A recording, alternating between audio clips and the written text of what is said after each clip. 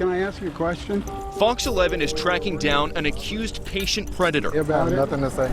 A man accused of targeting his vulnerable rehab patients. He stole a piece of my life. All to fulfill his own sexual desires. They turned my client into a prostitute. And now a jaw-dropping email might reveal what was really happening under his watch. You know, until this day, it just gives me chills. In its mission statement, Sovereign Health of California says it is committed to providing patients the best shot at recovery. But one former patient says his experience there left him in ruins. It's hard for me to talk about. Fox 11 is concealing his identity because he's an alleged sex victim. The man we'll call Robert spoke to us via Skype from New York. Robert says in early 2017, he was a heroin addict living in New York. He came all the way out to Sovereign Health's Palm Desert location to get sober and save his relationship with his young daughter. I felt like I was dying. I don't know if anybody watching this has, experienced heroin withdrawals, but it feels like you're dying from inside out. He says Sovereign Health housed him in this multi-unit house during the treatment process. And he says it's what happened here that led him to file a lawsuit against Sovereign Health, its leadership, and specifically his house manager at the time. This man, Adam Salcido, seen here in undercover Fox 11 video. He proposed to me that if I would allow him to perform sexual acts and favors on me, that he would give me free drugs. I was in severe withdrawals at the time, and I was hurting pretty bad. Yes, you heard that right. Sex for drugs.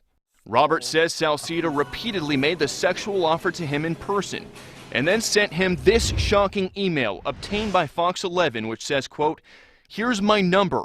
If you let me blank your blank, I'll buy you heroin. Don't tell anyone because I got suspended for asking that same question once already." Robert says he initially resisted Salcido's advances, but the withdrawals became too severe. There was one point where he had me trapped in in the pantry in the kitchen, being very forceful, throwing himself at me, waving the money in my face. He saw a man in pain. It's like someone having the worst flu you can imagine and a doctor waving the antidote or some medicine right in front of their face. What are you going to do when you're that sick? You're going to do anything you can to get yourself better. Robert says he eventually gave in, and after the sex, Salcido let him leave the facility with the money in hand so he could buy drugs from a homeless person at a nearby park. He started using again and left Sovereign Health against medical advice. And unfortunately, my client was weak, he was fragile, and he felt he had no other choice but to comply. Doug Roshan is the attorney representing Robert, the alleged victim. They gave him money, they gave him access by forcing him to receive oral sex. According to the lawsuit Roshan filed, the plaintiff was coerced and forced, all in exchange for $150. And that's not all. The document states Salcido told the plaintiff he had previously paid $400 to someone else, also for sex, in exchange for drugs. He told me straight out that he was actually suspended for the same exact maneuver that he tried to pull on another patient that went there for help. The man says he reported Salcido to the case manager at Sovereign Health, but nothing was ever done. And according to the lawsuit, that case manager was Salcido's cousin. The lawsuit alleges Salcido was not a licensed counselor, therapist, or medical doctor, but was still hired as the house manager. And that Sovereign Health had been put on notice that Salcido previously preyed on vulnerable male patients during their stay at the facility and coerced patients into sexual acts. I am pretty confident that Mr. Salcido had no certifications or qualifications beyond the fact that he knew somebody at Sovereign Health and he had a heartbeat. Fox 11 was able to track down Salcido at a supermarket near Coachella while he was shopping with another man. Adam, can I ask you a question? Yeah. Once he came outside, our investigative producer confronted him. And remember that you offered place. some guy to get him drugs for sex? Did I? Yeah, you did. Okay. Yeah, do you remember when you did that? No, I don't remember when I did There's that. an email that you sent him Did I? Salcido keeps a smirk on his face, and the man with him tells him not to talk to us. Say about it. Nothing to say.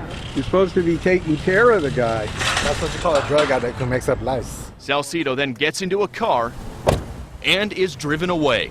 For several days now, Fox 11 has reached out to Sovereign Health's attorneys for comment on this story, but we never got a response. Sovereign Health failed my client because where they should have been providing mental health counseling facilities and detox, they victimized him and turned him into a drug-seeking shell of a person. They sexually abused him while he was most vulnerable. Robert says Salcido's actions caused him to relapse right back into drugs. He lost contact with his family. His life spiraled out of control all over again. And he says the trauma will stay with him the rest of his life. He saw me hurting in my worst state, and he completely took advantage of the situation. It makes me feel like less of a man every time I think about it.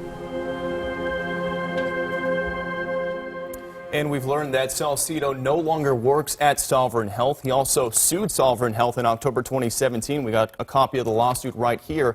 In it, he claims he wasn't given enough meal breaks or rest time and was not given enough overtime pay. And the ironic thing is, as part of the lawsuit right here, he argues that he was responsible for supervising patients and making sure they didn't leave the facility.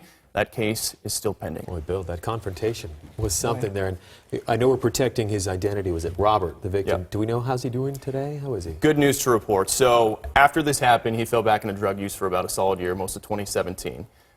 He's now back home. He's clean. He's in New York with his family, reconnected with his daughter, and he's going to school to be a barber. So it's a start, and he's getting things turned around. But he's filing this lawsuit because, as you can imagine, that's a heck of a lot of trauma to go through when you're having withdrawals as well. So. Yeah. All right, keep us posted on what you find out. We'll do. All right, Bill, Thanks. thanks.